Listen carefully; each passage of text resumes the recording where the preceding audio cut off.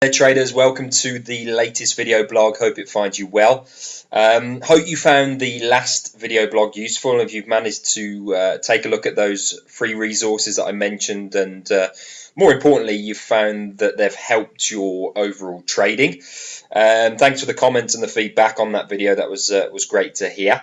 What we're going to move on to this week is looking at the concept of knowing when to stay out of the market. Now, I've had an influx of emails, and I always know when the market's a little bit tricky to trade because I get a few more emails, a few more notes from you guys discussing the markets, wondering why they've been a little bit challenging to trade. And all I can say to you is that you're not alone.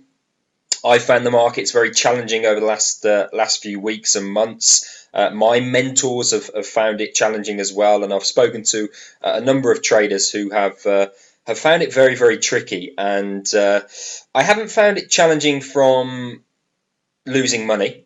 I've found it more challenging from finding high probability trades, and that's been the tricky thing. So what I'm going to go through in today's webinar or video is to discuss when we can decide when to stay out of the market and when we can decide to get back into the market, because we've got quite an interesting scenario right now which is causing the markets to be tricky. So we can look at that and discuss that, and more importantly know when it's a better time to get back into the market more actively.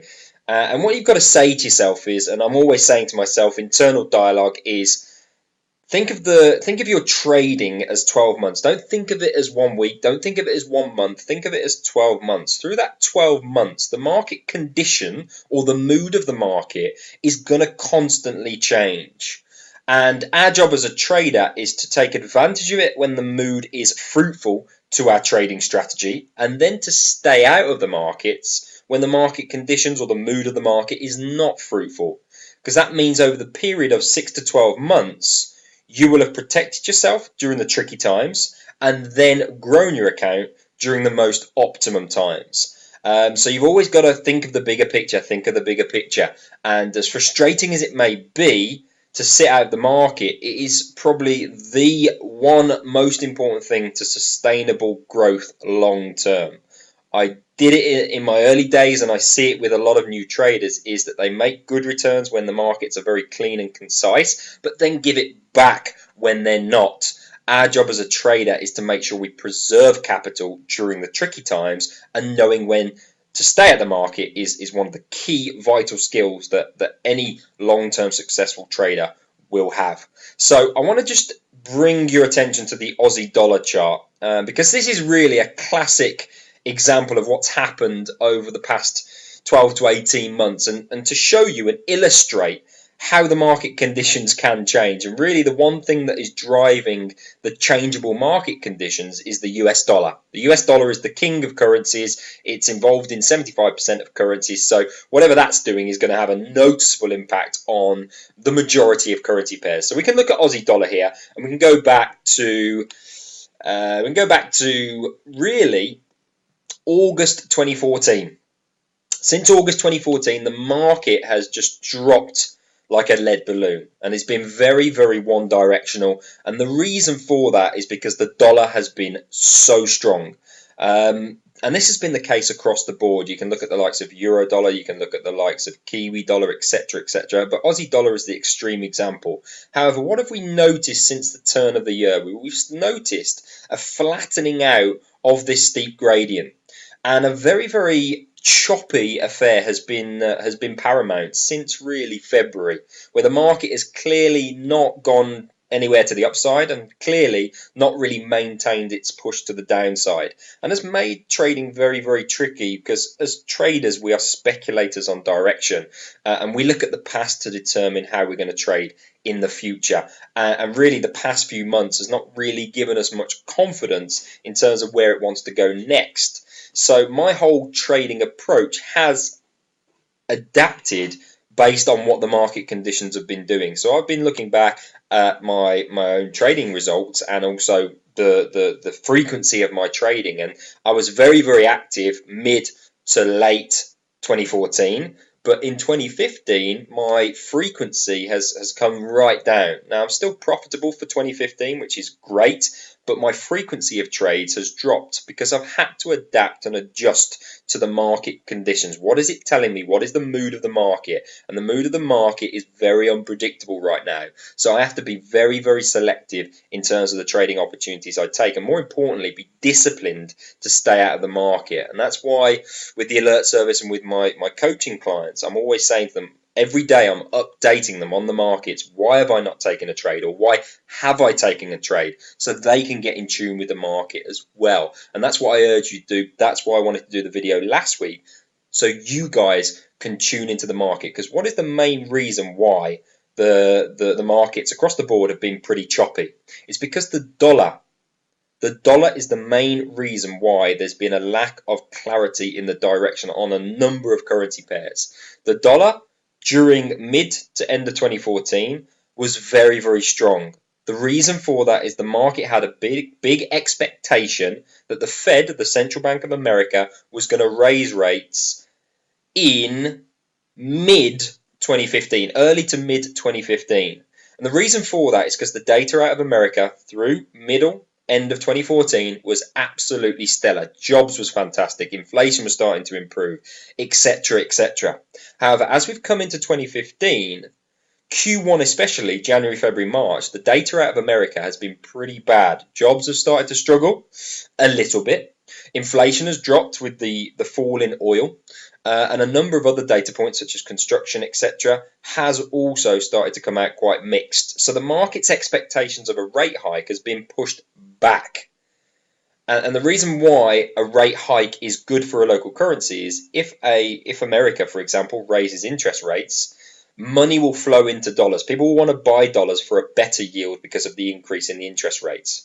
If that rate hike is pushed back, the market becomes disappointed. So we've had a lot of mixed data come out of the US over the last few months, which has meant the market has got a little bit uncertain and unsure about the future outlook on that rate hike in the US. So this has had a massive knock-on effect on the market. And now the Fed recently came out and said, we aren't too concerned about Q1's data. We think that's going to be put down to bad weather.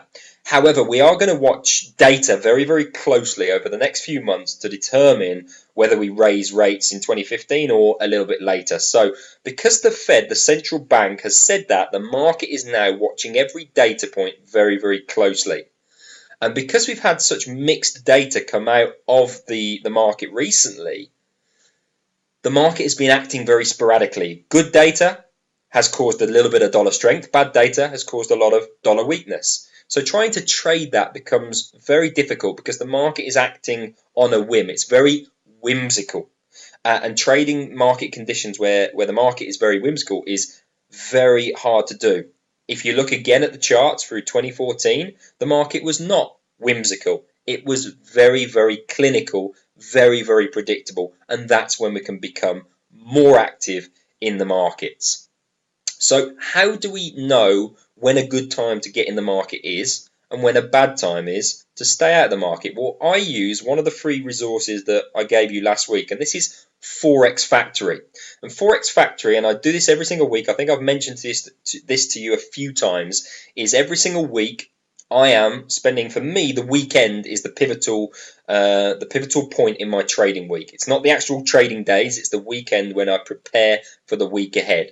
Now, as I've just mentioned, the dollar's very, very uncertain at the minute. So last week, and again, I do a video for my coaching guys and my alert service guys. So if you're interested in all of this and you're really finding that it will help you, then please do drop me a line or go onto the website and subscribe to the alerts or the coaching, because that will really help tune you into the markets. But you can do it yourself, and I'm going to show you how to do that, is by looking at the calendar each week, where you're looking at what's coming out for the week ahead to determine whether you want to be trading or not trading. So let me give you an example. Last week I said to my guys, I said, this week is really, really critical. The dollar is going to be turning on a knife edge, and really data points are critical. So there are two data points that are most critical, and that is inflation figures and jobs figures. So I knew last Sunday that on Friday we were going to have non-farm payrolls. So as we can see just here, non-farm payrolls, this is the biggest data point out of America and was going to have a massive impact on the dollar if there was a big deviation either way.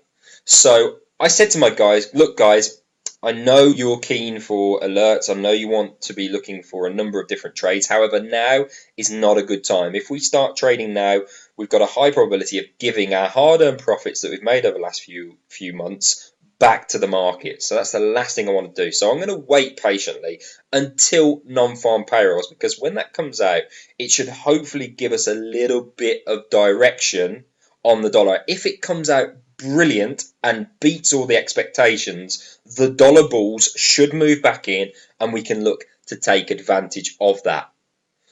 Or if it goes the other way and we get a really bad figure again, then the market fear and uncertainty around the dollar is going to come back in and we could get a strong dollar sell-off, of which we can hopefully take advantage of that. Or the third scenario is we get a mixed picture and it's no real extra clarity on the dollar. What we got was a very, very mixed picture. So we got a good headline figure, 223,000, so much better than last month. The unemployment rate remained very low, so ticked down, so that was good for the dollar.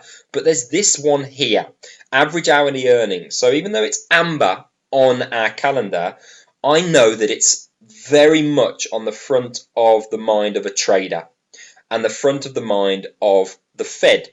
The reason for that is the Fed have openly said to us, so you can look at Forex Live, the website we looked at recently, and you can read the reports. The Fed have openly stated that not only do they want to see quantity, a lot of jobs created, they also want to see quality. So a large amount of jobs created, but better paid jobs. So average hourly earnings are essentially, are people getting paid better each month? Now, previously it was 0.2, it actually fell to 0.1, so that was pretty bad for the dollar.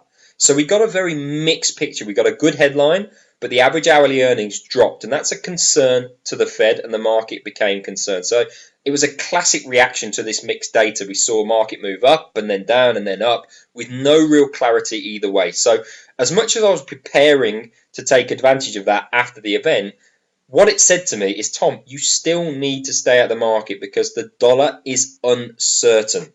So I'm saying to myself, okay, fine, I'm going to stay at the market. I'm going to wait until next week because preservation of capital is more important than trying to just trade for trading's sake. So that enabled me to stay at the market. Had it come in all much better, I'd have most certainly got back into the market. Had it come in all worse, I'd have most certainly got back into the market. But because it was very mixed, it told me to stay at the market. And I prepared this well in advance. The week before, I said to myself, I've got to focus in on non-farm, the jobs reports, because that's the biggest data point this week. And then my preparation for it is, if it's better, I'll look to buy dollars. If it's worse, I'll look to sell dollars. If it's mixed, I will stay out. So I knew before the data came out my three scenarios, so I could plan and prepare according to that. So let's have a quick look at next week, because that's an interesting week regarding the pound, the Great British Pound. So this is me now getting in tune and planning for the week ahead. What am I wanting to trade and what needs to happen for me to trade it or to stay out of the market? So the pound looks very, very interesting because we've just come through a big week on the pound. We saw that there was a bit of a shock in the elections. It was very, very close, neck and neck, and it looked like there was going to be a hung parliament in the UK, which would have caused lots of political complications, economic complications, and would have been bad for the pound. However, we saw an outright victory for the Conservatives, who are pro-business, so good for the pound. So we've seen the pound almost breathe a sigh of relief last week. Now the coast is clear, the uncertainty is gone, and there's a little bit more clarity. So the difficult thing that we've had recently is almost every single currency pair has been weak. So we haven't been able to pair strong against weak. However, if the pound gets a good run of data, next week especially, we could see the pound start to be the shining light and start to be that strong currency pair that we can then pair against our weak currency pairs, such as the euro, such as the Aussie, such as the Kiwi, etc., etc. And there's some big things going on in the pound. We get the official interest rate decision next week. Again, it's expected to remain the same, but what we're going to be focusing in on is the language of the MPC. So this is the Bank of England's meeting committee who make the decision on the bank rate. They're going to provide a statement. Sometimes it comes, sometimes it doesn't. They're going to provide a statement, and it's going to be listening in or digesting the language. Are they becoming a little bit more bullish about a potential rate hike in the UK going forward? So that's going to be very interesting. But there is some data later on in the week which should stimulate the pound one way or another. And it's this here, the employment figures. So just like in the US, in the UK, the employment figures are very important to the Bank of England as to whether they increase interest rates or keep them on hold. If they increase them, it's very good for the pound. We should find that the pound strengthens off the basis of just an expectation of an interest rate increase. So average hourly earnings is essentially how much people are getting paid each month. It's expected at 1.7 as per last month. If it comes in better than expected, that will be good for the pound. If the claimant count comes in better than expected, good for the pound. If the unemployment rate comes in better than expected, which it is, it's expected at 5.5 versus a 5.6 previously, good for the pound. So we could see a lot of pound strength come in if all of these beat expectations. And then later on in the morning, we have even more very critical information from the pound. We have Bank of England's Governor Carney speaking. Whenever they speak, their language, both bullish or bearish, is used to trade off by the big institutions. Because whatever the Bank of England, the central bank, is thinking or potentially doing in the future will have a noticeable impact on the market's expectations of whether they feel it's going to get stronger or weaker as a currency. Now, the one thing that is really big this week is the Bank of England's inflation report, because the UK is pretty solid as an economy, is very solid. So after the US, it probably is the UK that's next in line to raise interest rates, which we know is good for the pound or the local currency. Now, the only thing holding the pound back or the UK back from an interest rate is the fact that inflation is so bad. So it's actually dropped into negative territory. And the Bank of England have said openly is we need to wait for inflation to improve before we start considering rate hikes. Now, they are releasing their inflation report, so their projections on inflation for the next 12, 18, 24 months. This is going to be really interesting because what's happened since the last inflation report is we've seen a very strong recovery or a mild recovery in oil. And energy prices are a big component of inflation. If oil prices are increasing, inflation is going to have a noticeable increase as well. And this could happen quite quickly as the recovery takes place. So if in their inflation report they become a little bit more optimistic on inflation improving, then really that is a very positive signal that they are moving closer to a rate hike, because they've openly said we want to wait for inflation to improve. If their inflation report suggests that that's likely to take place in the next few months, then that is a positive for the pound and could give us that confidence that the pound should have some strength coming into it off the back of that. Now, if we get the complete opposite, we get bad employment figures, we get negative terminology, and we get a poor inflation report, then we've got the opposite side. We should see some negativity around the pound.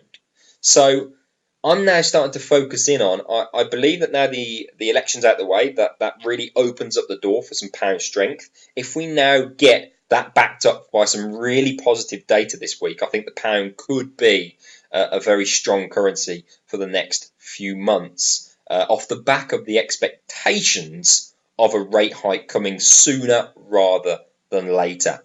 So the pound is going to be it's going to be a very critical week for the pound next week, but we're starting to plan in advance. Does it guarantee that I'm going to trade the pound next week? Absolutely not, but I'm starting to pre-plan.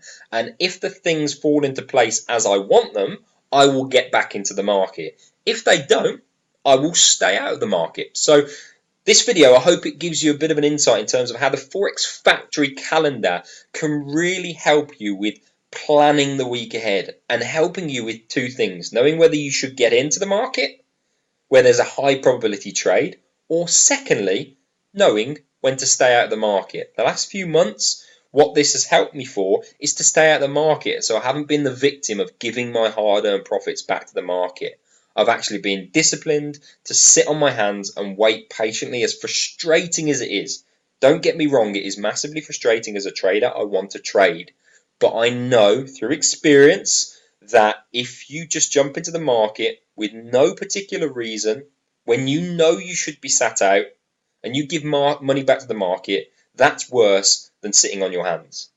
So hopefully that gives you a bit of an insight in terms of my own thought process, my own weekly process in terms of what I do every single week. I use this free resource, Forex Factory. It's brilliant in terms of giving you a focus for the week ahead. I'm focused on the pound, and I'm also focused on what I want to see happen before I will consider trading the pound against possibly a weaker currency. So as always, any questions, please feel free to email in.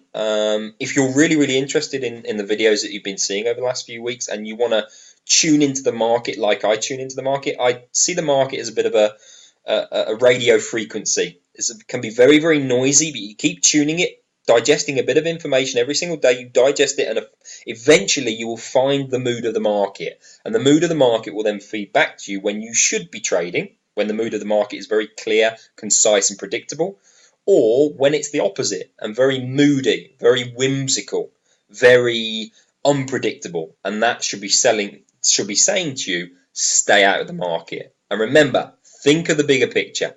So if you want a little bit of help and assistance, then you can do that via one-to-one coaching with me. You can do that via the trade alert service that you can find on the website, because what I do with that is I send out daily reports and I do a weekly in-depth analysis video, which helps me really transfer my thought process, the stuff that's going on in my head, across to my subscribers and my clients, so they can tune into the market as well and act upon that information. So if that's of interest, please feel free to refer to the website. If not, then obviously you can take advantage of this yourself, and any questions I'll be more than happy to answer via email. So I'm going to wrap up there, leave you to enjoy the rest of your weekend, and I will speak to you soon, and all being well, you can hopefully take some advantage of the pound moves next week and make some pips and make some profit. All the very best.